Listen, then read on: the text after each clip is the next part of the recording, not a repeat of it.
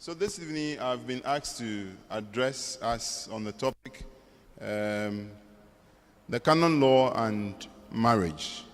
In other words, what does the canon law say about marriage? My intention is that we'll do this Tuesday and next week Tuesday, because in fact the subject of marriage in canon law is quite voluminous.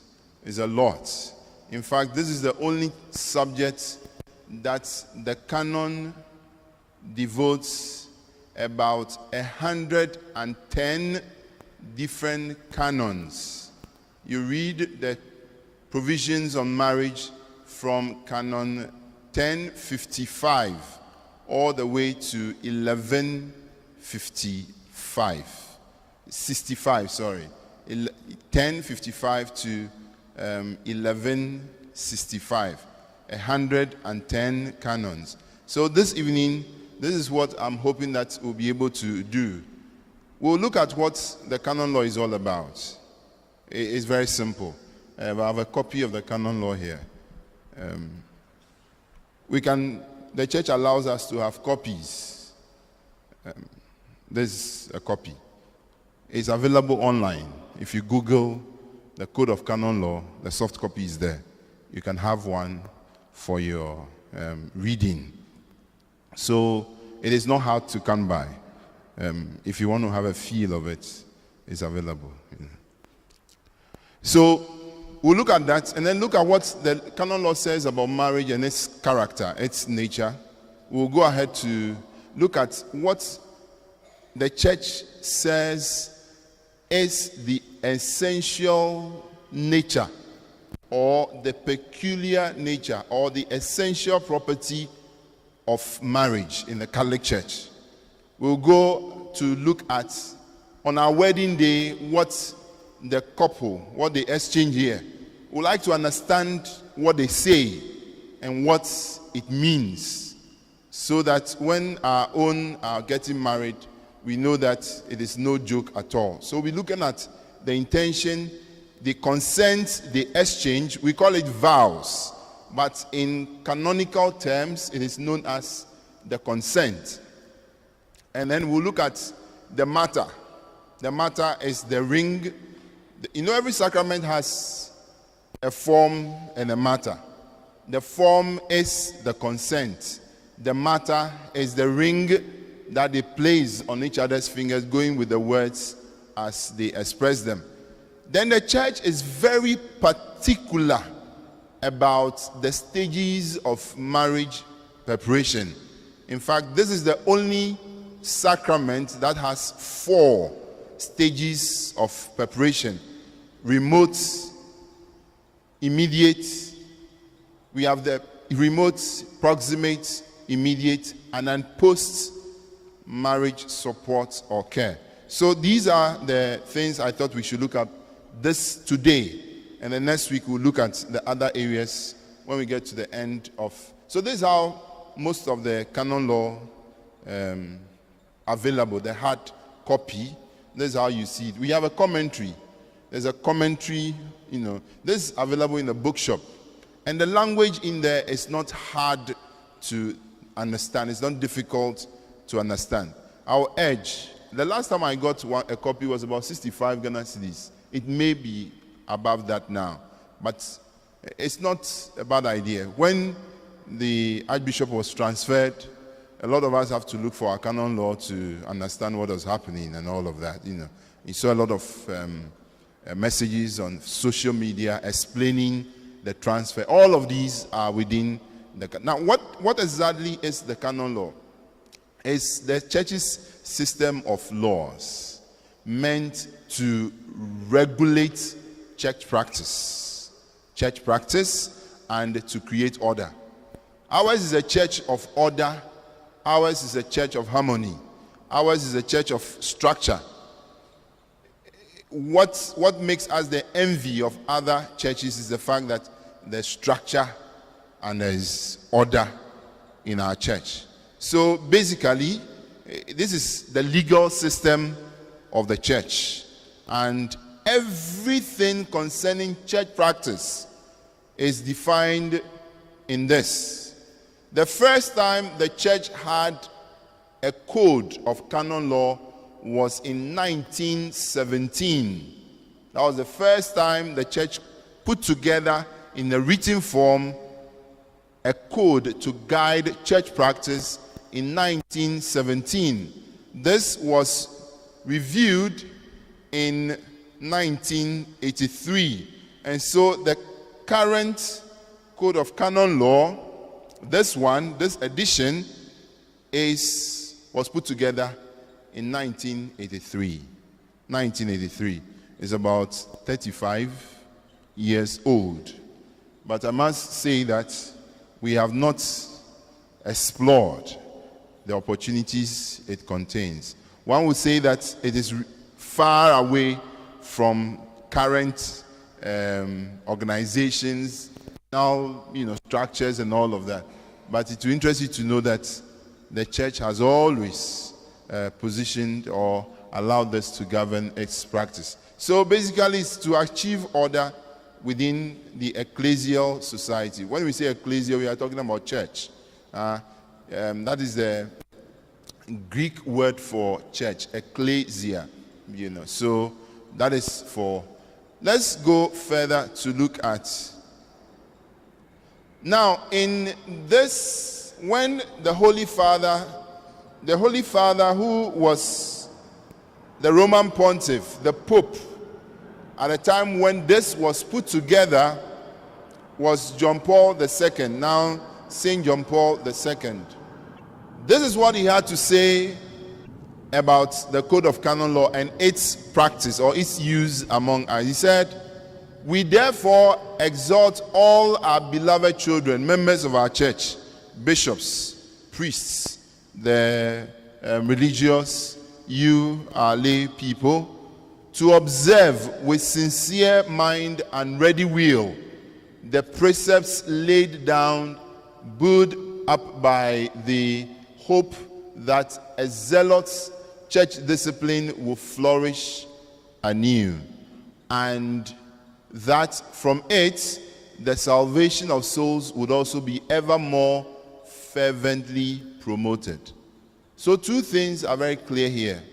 One, that through this law we would have a church that has a very zealous discipline. No organization can overlook or underestimate discipline. And it is also meant to ensure that in following this discipline, what is at the basis is the salvation of souls. So the last canon would always would say that whatever action that is taken in the context of the canon must seek to save souls. I thought this was important for us to understand. Now, so the very first thing the canon law reminds us or teaches us is that marriage is a sacrament. Marriage is a sacrament.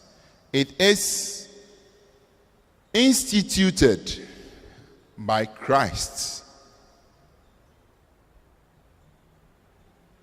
Now, let's look at what the canon says. It says,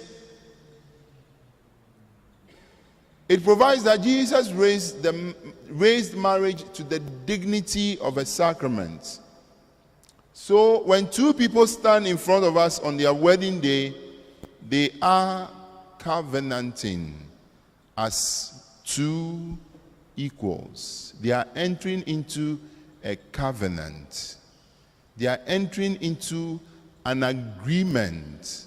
They are entering into an agreement that is not contractual. Theirs is a covenant. A covenant can be between a superior and a subject, like we have the case of God and the Israelites, or the case of God and us, human beings, or Christians. But this is between two equals, a man and a woman. Because Genesis chapter 2 verse 18 to 24 will remind us that the two who become husband and wife are companions. They are partners. They are to complement each other. So this should begin to give you an idea what the church's own vision of marriage should look like. Now, it is especially the man and the woman see themselves as gifts to each other. They establish between them a partnership. So, a covenant between man and woman, establishing a partnership, not for some time of their life, but for the whole of their lives. And what is it purpose for? It is purpose, first of all, for their own good, for their own salvation.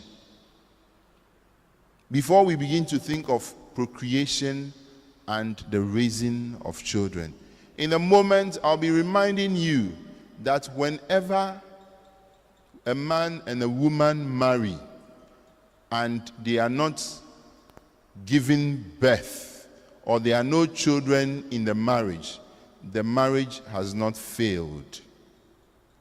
Hello. Christ the King. I'm making a very serious statement. When two people marry and there are no children in the marriage has not failed. Because at least we can see that the very first purpose we are seeing for marriage, we have said it is for the well-being of the spouses. Before you are thinking of procreation and upbringing of children. We will look at the questions or the intentions of the couple at the time of their marriage in a moment, and we'll see that first things first. Children are not the reason why we marry. Now then, so we looked at canon 1055. The next canon tells about what the church considers the essential property. Now the essential properties, to put it in our own language, is to say that what is the unique or peculiar nature of Catholic marriages?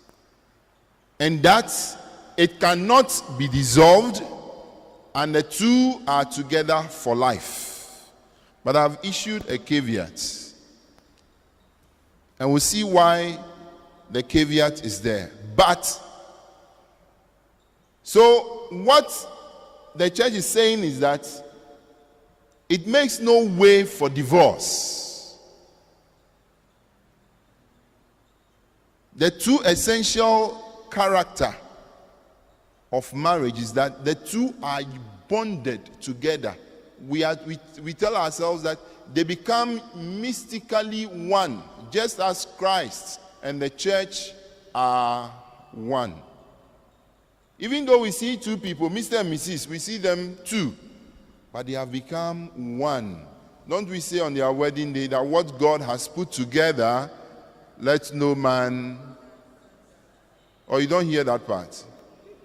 You have been hearing it. Good. So, that is the point. That the union cannot be separated. They are united forever. The two of them, the two elements are inseparable from the other. That which is united forever cannot be separated. You cannot divorce one from the other. However, people have married here. People have married here and in some other churches. And what they sought to be doing was to show us that they want to marry, but they don't want to live as married couples. Do you see the difference? You see the difference? So there could be a wedding, but it is possible there was no marriage. And that is why the church can annul, to say that what they were doing here, they were only trying to dramatize. You understand? You see, when you go to the theater, they dramatize a story. Whether it is true or not, you don't know. But what is what you know is that you have enjoyed the drama. Some people too have been dramatizing here on their wedding day. So this is so we want to understand. So it's possible there was a wedding, yet there was no marriage. So either the marriage was never existed from the beginning, and the church has a way of investigating to understand that. Yes, the church investigates to understand that on the day when they were exchanging the vows and all of that, even though they pretended they were exchanging the vows and they were telling all the people who have gathered, oh, we want to live as husband and wife. In their mind, that was not the intention. So the church investigates and finds out, So it's either from that moment or later on when they fail to live as spouses. Now, so on our wedding days, these are the things that happen.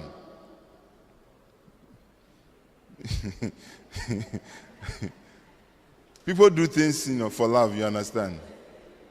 So you see, the people, those in Kente, as if they will never separate. Those in the middle, I don't know what the man is doing. These other people, it's like a horse and a rider. So you see, the things people do on their, you see, when I saw the pictures, I couldn't stop laughing. But this is the reality of what happens on people's wedding day. So I don't know what you do on your wedding day, or I don't know what you did on your wedding day. But these are some of the things that happen. Things people do for wedding. Now, on your wedding day, the priest will be asking you 3 questions. We stand here and we ask, Kofi and Amma, have you come here freely and without reservation to give yourselves to each other? Now, the words are very deep. To give. Have you come here freely, underline, and without reservation? In other words, without conditions, to give yourselves to each other in marriage. Now think about the words. Have you come here freely? In other words, we are saying that nobody asked you to come here for 1 hour by.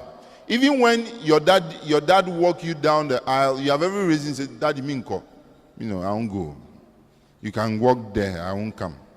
You have every right to do that. So have you come here freely? And this question of freedom is a matter for all of us to ponder upon. Have you come here freely and without reservation to give yourselves to each other in marriage? And when they are ready, they respond, I have. The second question the priest asks, will you love and honor each other as husband and wife all the days of your life?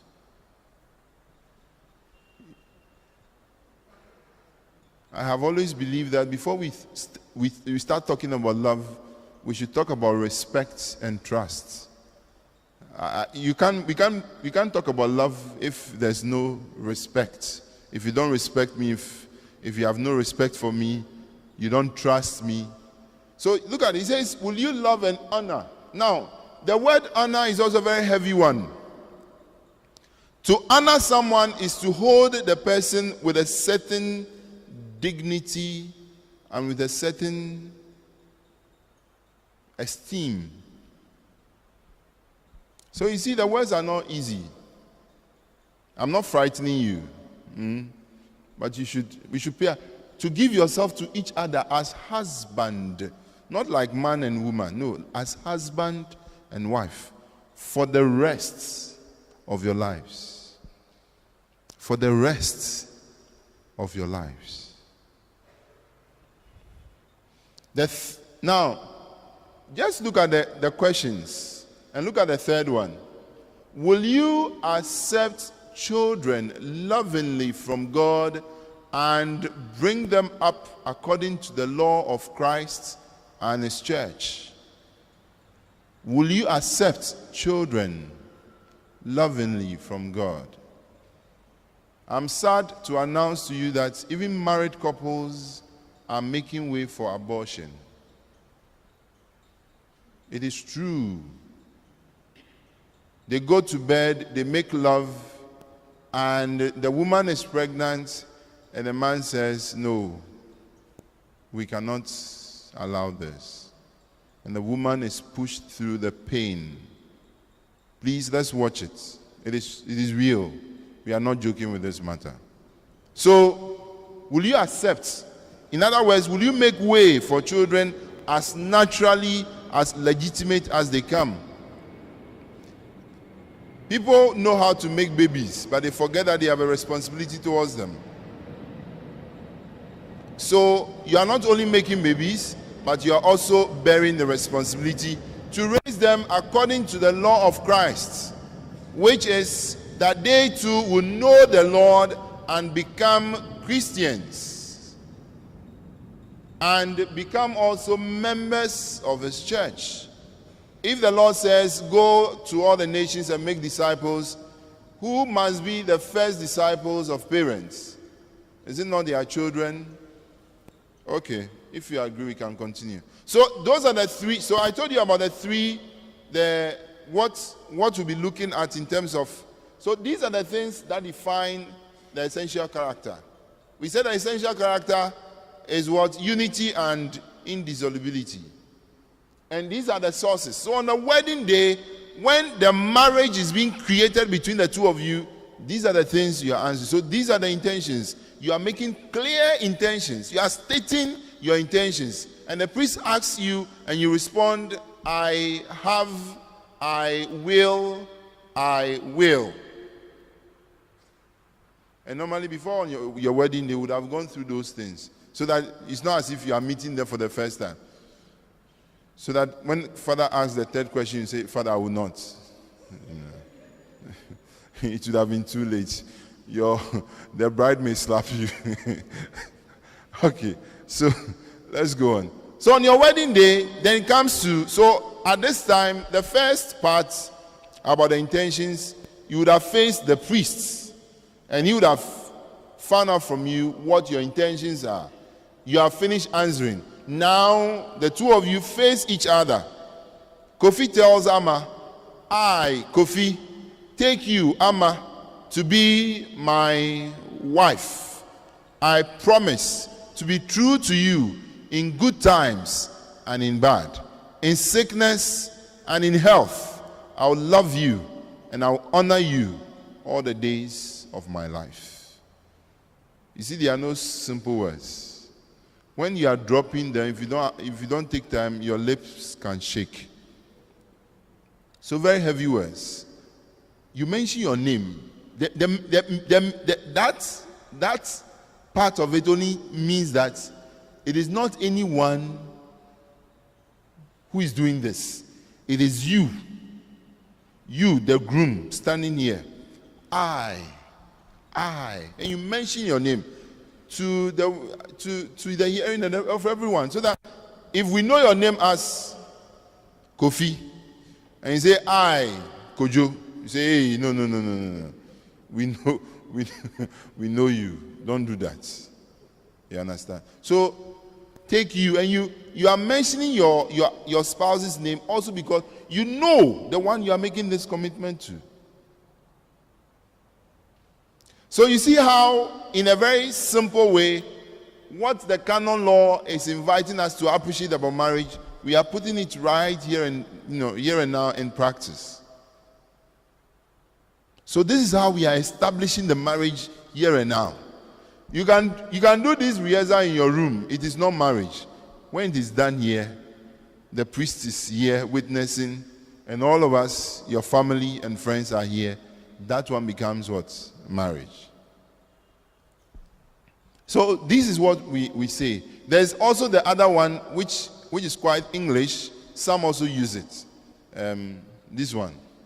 I take you for my lawful wife or husband, to have and to hold, for this day forward. This one look very Shakespearean, you know.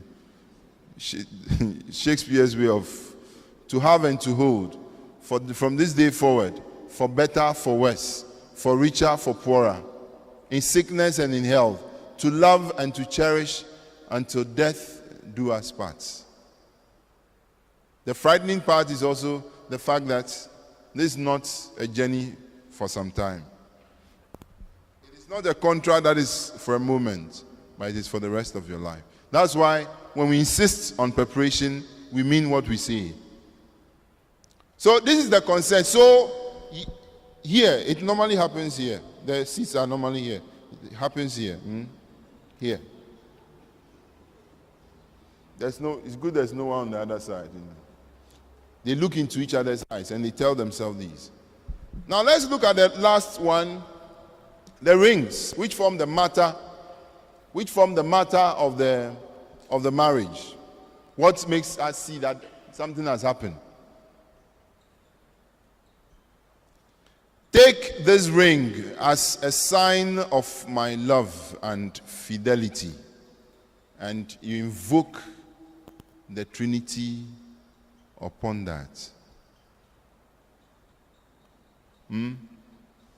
Take this ring as a sign of my love and fidelity. In other words, you are the only one I will love. And if it comes to faithfulness, you are the only one I'm committed to. And you call the name of the Trinity to bear witness to what you have saying. You have said. We must remind ourselves that these are very important. Now, from what we have just looked at, from the intention, from the consent, from the rings you exchange. Now we want to look at those attitudes that facilitate or make good the marital commitment. And the first one is that we must force no one to marry. Our parents are not here in their numbers. Please, we know you love us, your children. We know you wish us well. You wish that you are able to carry our grandchildren before you depart from this earth. But thou shalt not force us to marry. The 11th commandment. So please, we are free to marry. That also does not mean that everyone should or can marry. My dear brothers and sisters who are of my age or within my contemporary, please, the fact that our colleagues within our circles are marrying doesn't mean that we too must marry. In fact, there are some of them who have crossed into the other side. They wish that they are back. Hello. I hope I'm making some sense. I'm not saying that don't marry. What I'm saying is that force no one to marry. Don't push. Don't push someone's head into marriage. It is not all of us who must marry. And that's the reality of life. That's the reality of life. I love marriage. I cherish those who marry. I have a lot of respect for them. But they also will tell you that how we wish we have known certain things before we entered.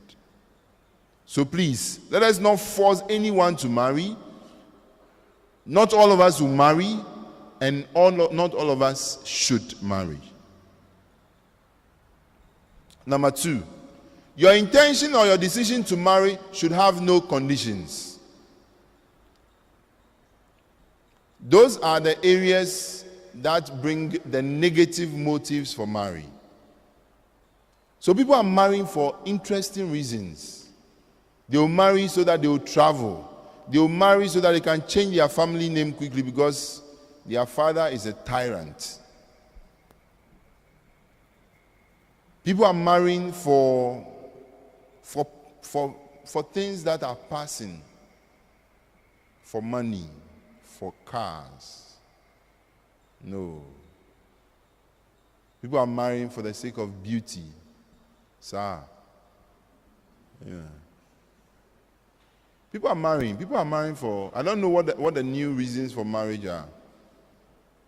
But the church has only two: for love and for companionship. The two reasons why we marry in the Catholic Church. Whenever you have to marry, you have to measure your reasons along those two. That I'll love this person forever, and that I'll take this person as my companion for life. Those are the two reasons. Any other thing beyond that, my own matter. The next thing we want to consider: be in the marriage fully. Some of us are in the marriage half-half. No cornerbar, that kind of thing. And what the signals we are picking now is what is in the brackets: emotional infidelity. Emotional infidelity. So they are in the marriage. Everybody knows they are married and they have a husband. But in the office, they are either a little boss or a side chick. Hello? I'm being very sincere and honest with you. These are things, if I ask you, if I sit down and you have to tell me, you tell me better. It's true. So, emotionally, they are more attached to someone else. And when I say they are more attached to someone, they can be attached to the same sex person. And it's getting bad. It's true. But you have forgotten that on your wedding day, when you sat, and when she lied down, you sat on her like,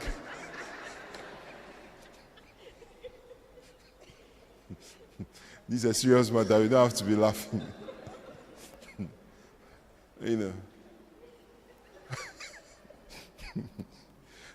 So we have to be serious with these things. The next one is that we must show a lot of respect. Communication must be two-way. Did you not say on your wedding day that you love and honor her? So why is it that when she's talking or he's talking, you are not ready to listen? But when you are talking and shouting and ranting, she or he must listen. So you see that. So the whole thing about marriage is not so much about what takes place here. It's about the preparation we give you. Let's push on quickly. Now, do not treat the marriage as a contract. So, let's say you have set conditions for the marriage. Oh, when we marry, every morning you have to greet me, you have to bow to me. So after 2 weeks, the person has stopped bowing to you. So, no. Would you not say, the very first question you were asked, have you come here freely and without reservation? In other words, you have no conditions. And think about the way God has loved us. He has loved us without conditions. So our commitment in marriage must be one without conditions. So it is not contractual. You pull out when the conditions are not met. Demonstrate your love and companionship at their utmost height during childlessness and legitimate pregnancies. And I explained that earlier. People are going through hell because pregnancy has come and they are making the spouse feel that some children are having, what's the name given to them? accident children. Is that how they call them? Say again. Oh, I'd like to hear that name. Accident babies. Sir, where did the accident happen?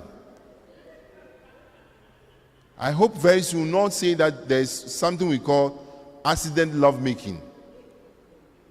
Because, I mean, are you able to, can you understand, can you think about that? Oh, this one we're not expecting. So what were you doing? When you were making love, what were you doing? What were you thinking about? Okay. Now the last one.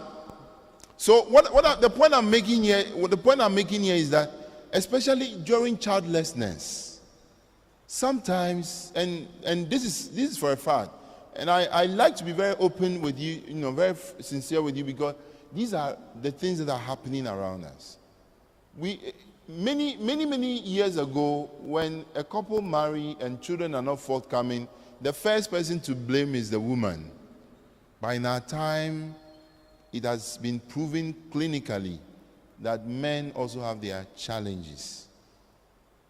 So those years, your family would have come, giddy, oh, your woman is not woman enough, she's barren. Prove that you are a man. And they'll go and carry another woman and bring.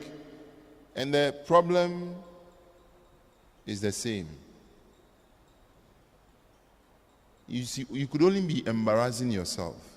So I've always encouraged couples who are having such challenges that, look, deal with this matter with the utmost love and companionship you can expect.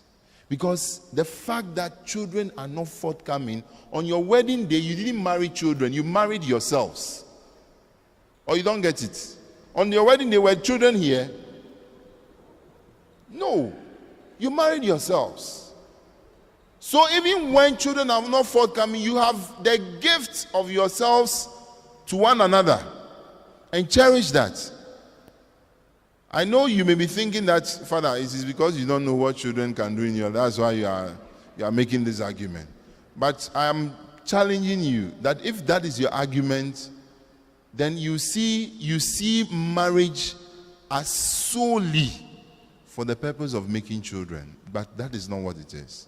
So how about if you finish making children? You have decided that we'll make 3 children, we'll give birth to 3 children. When you finish the 3, what will you be doing?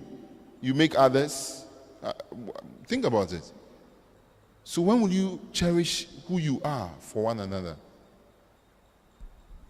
So please, all I'm asking you, love yourselves when your marriage is in turbulence. Love yourselves when you feel that you are having challenges. Don't give up on each other. And if you do, you are virtually suffocating the marriage. Now, the church is very particular about, I hope I didn't jump. Yeah, so the last one, be responsible for each other's upkeep. Show mutual respect. Show concern for your children and raise them together. Sometimes we have left, in our age, our children see us only maybe on Sunday, because Saturdays have become busier than the weekdays themselves. Sometimes children are still sleeping in our cars when we are bringing them to school. It's not easy. It's a different age altogether. But please make a commitment to the life of your children. Invest in them so that when they grow, they will know what you have done for them. We go to the next one. So these are the 4 stages of preparation that the church's law makes provision for. That should be Canon 1063. It is a very important canon. Now, so these are the various stages. The proximate stage is to make the point that, look, through our daily, so what we are doing now, we have some of our young people here. They are also learning about marriage. So this is the remote stage.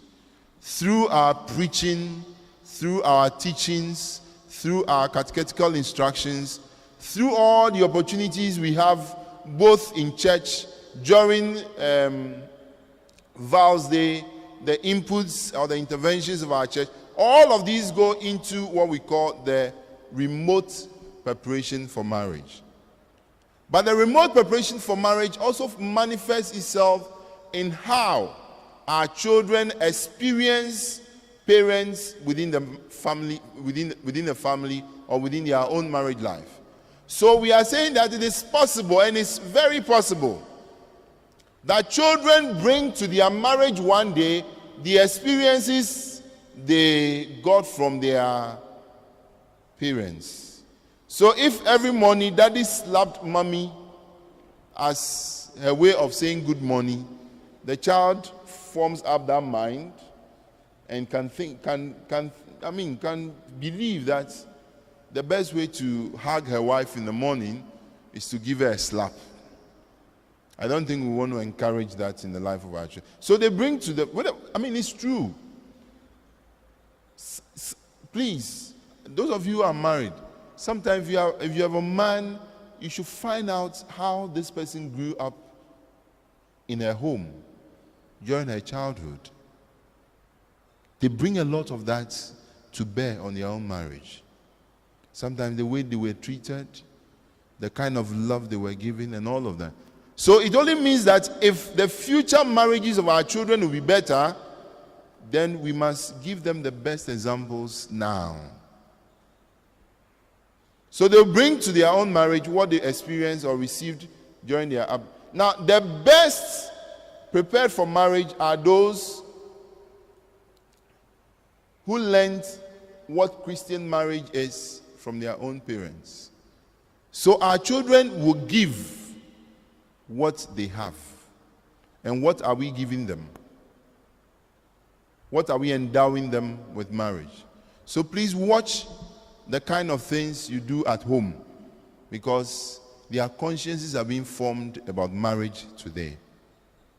The next stage is the proximate preparation. And this is when you have gotten to that stage when you decide that I want to marry. The proximate stage is can be connected or linked to the marriage counseling interventions we have in the church. And what does that involve? The focus is for the couple to be exposed to the holiness and obligations of marriage, for them to recognize what the good times and the bad times of marriage is. They should be able to discuss, and please, if you are here and you are preparing for a marriage, please take note of this. Be able to discuss honestly what each of you expects from the marriage. There's an exercise I conduct on couples who are getting married, getting ready to marry. And it's a very sincere exercise. If you do it anyhow, I'll catch you. I ask you a question. So what is it about this person that you have found that you have not found in other women or men?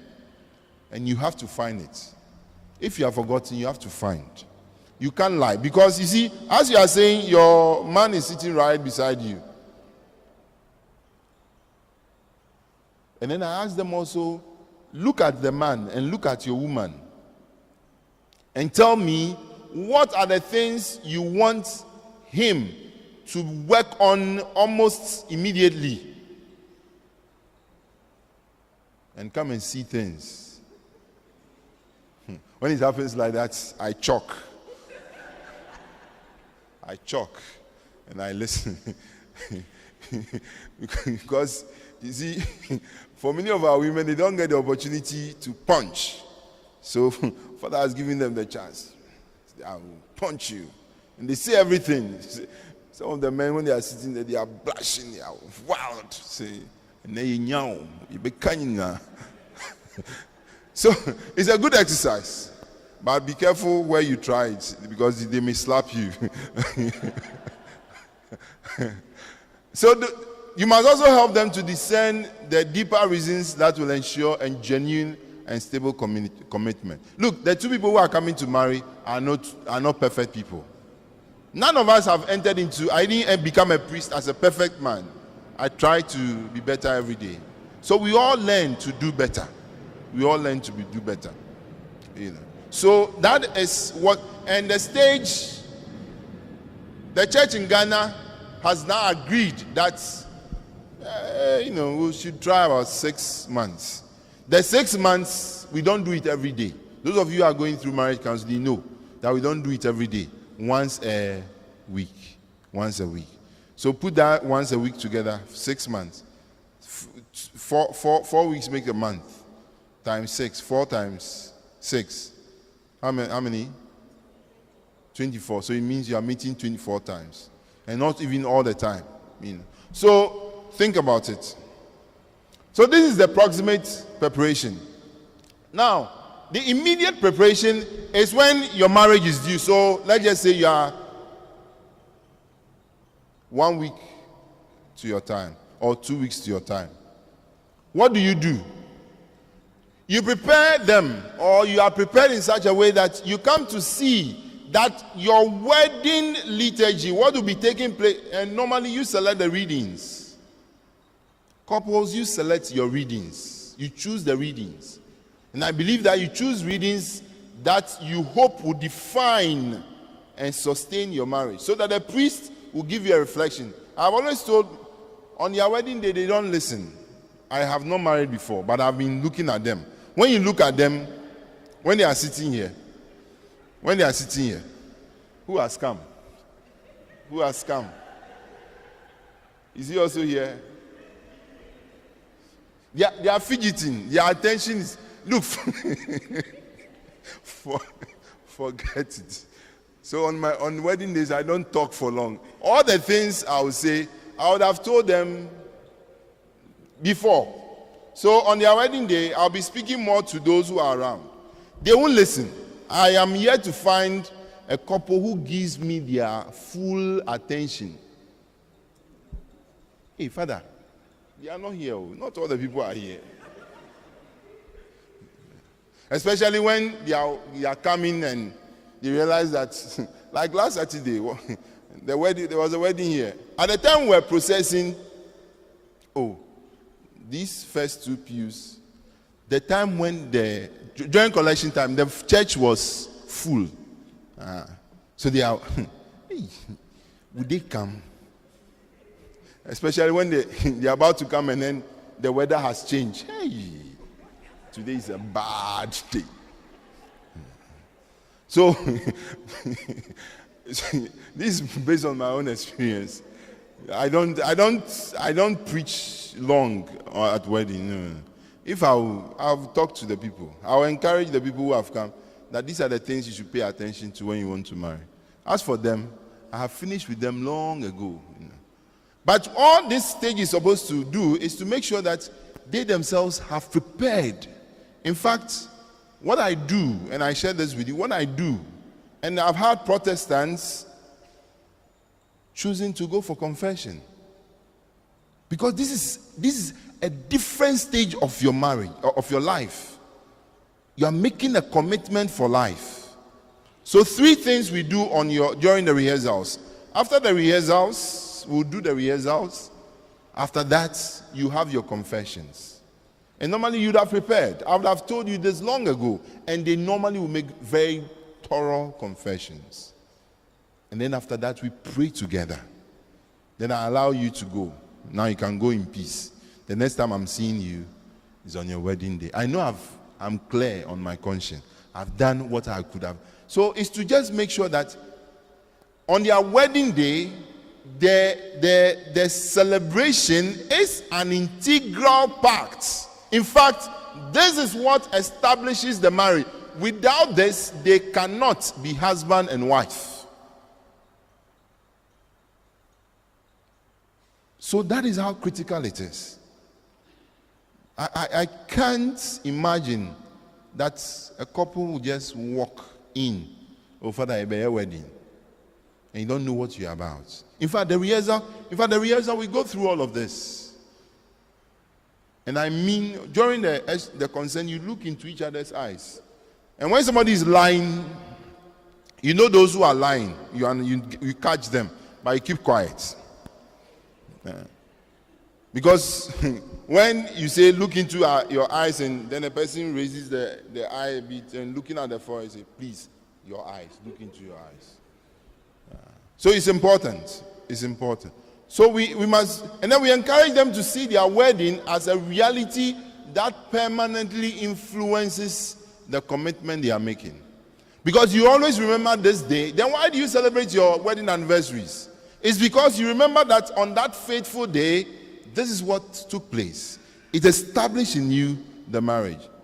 Then you encourage them to also take the liturgical celebration as a profound personal experience and to appreciate the meaning of each of the signs. So each of the things that are happening here, when you come to lit the Paschal candle, I normally will explain. You lit, so you are coming from your individual homes and now you are united in Christ, signified by the Paschal candle. So if they themselves understand this, they will approach it with a lot of reverence. How could you be united in such a mystical way and then 2 years, 3 years, you are giving up on each other? How is that possible? So we encourage also less expensive. The church, the Catholic Church in Accra, charges 30 Ghana cedis. 30 Ghana cedis for the processing of your papers for your wedding.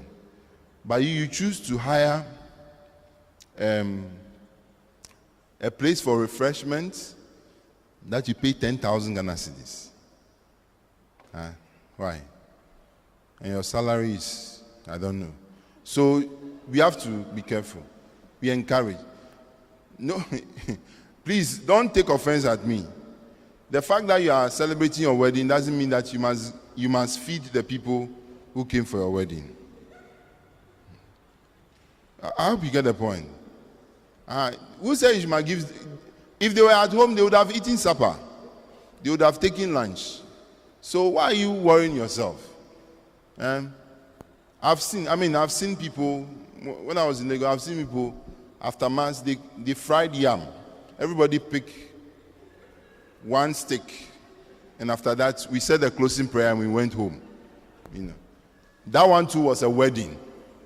It is as good as the one that was refreshed in Kempinski. Is that the place? They sell food for 10,000. Okay, so the last one. So the one we have not done too well is this area. This area. When we marry, and some of you I think that we can share the responsibility. You also don't come. And so we are also not concerned. Even when we organize program, all over in the archdioceses, you may have heard of what's the name?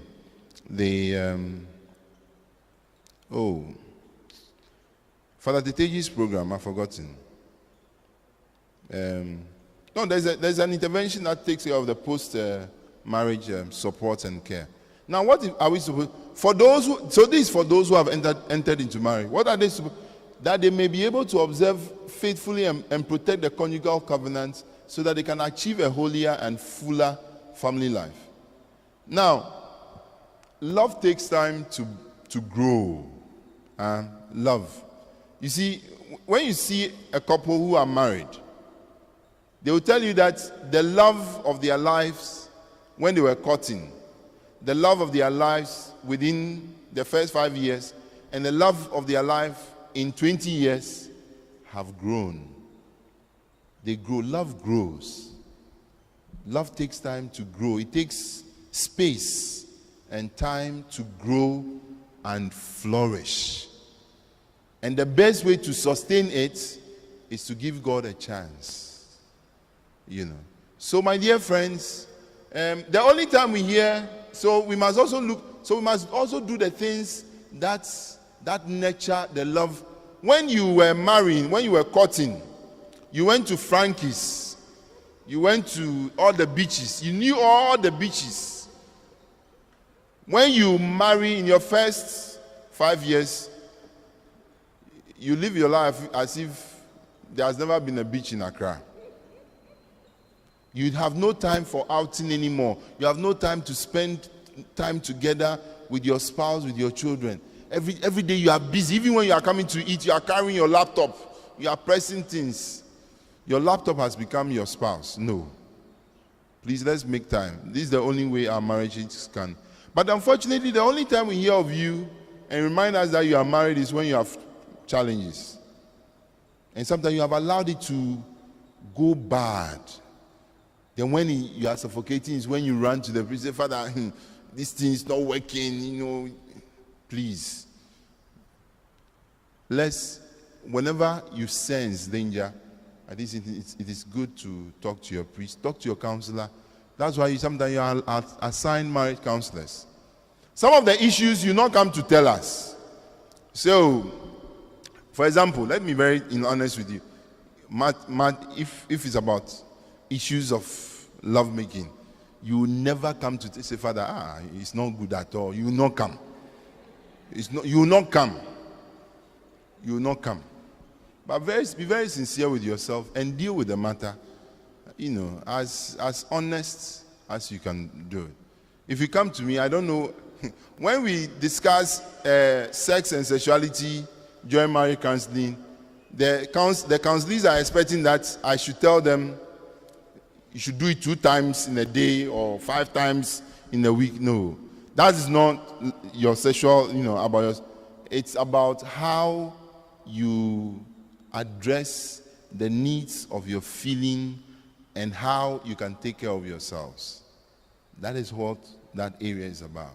As for the frequency and otherwise, that one we leave it to you. We are not your referees. You take care of this matter on your own. So my dear brothers and sisters, I think that these are about a few areas. These are the areas we'll be looking at next week. Impediments again. So what are the grounds for which someone cannot marry? I have said earlier on that there are some of us who cannot marry, or that some of us who should not even attempt to marry. We will know what the reasons are. Now, what are the reasons why someone will go and petition the tribunal that the marriage should be annulled? What are the indicators? We'll find out. Then how the tribunal works in order to annul, what the tribunal looks at. And then finally, one of the key areas, one of the emerging concerns of marriage in our time is, what is the role of religion? So I'm a Catholic, she's a Methodist. How should it be done? Or I found my partner not in the Catholic Church. She is ICGC, or he is a charismatic. Can I marry that person? Should religion be a concern when it comes to marriage? We'll look at all those and how the church looks at them when we meet next week. Thank you very much for your attention. Any questions?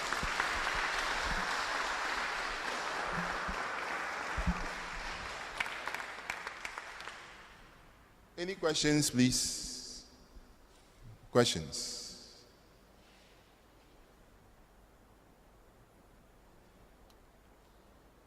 Yes.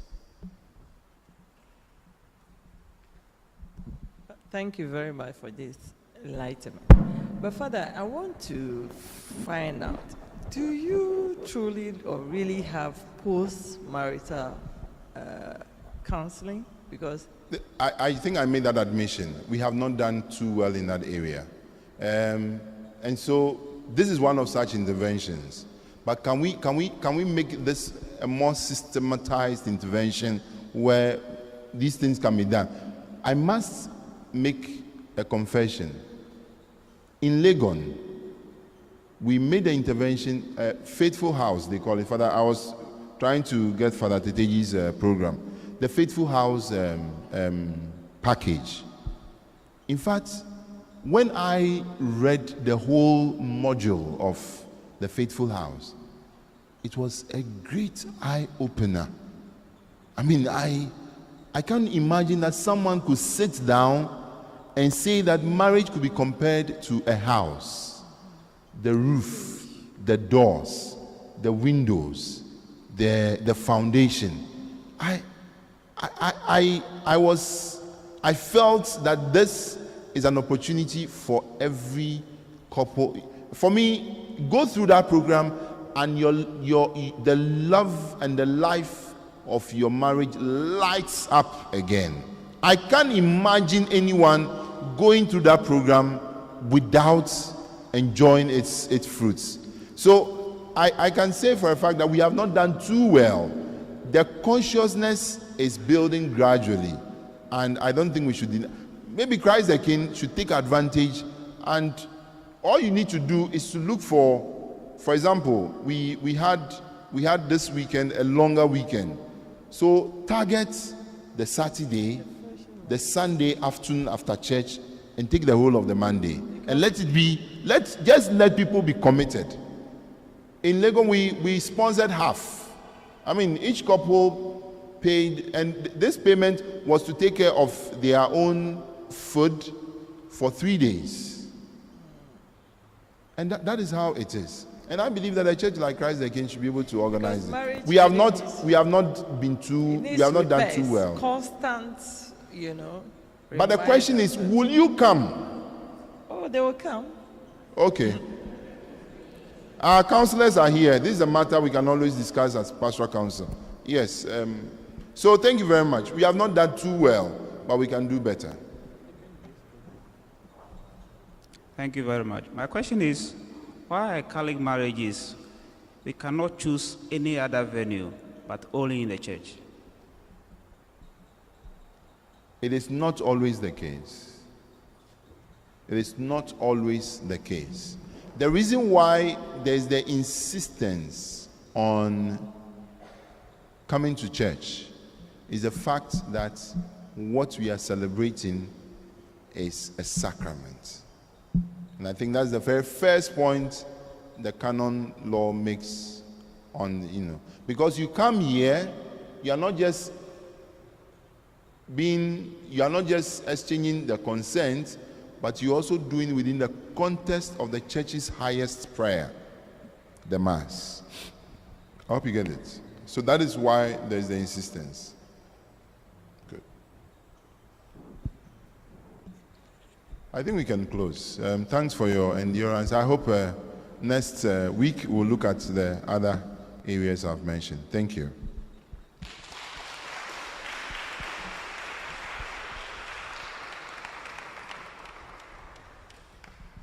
The Lord be with you. May Almighty God bless you, the Father, and the Son, and the Holy Spirit. Go forth, the Mass is ended. Good night.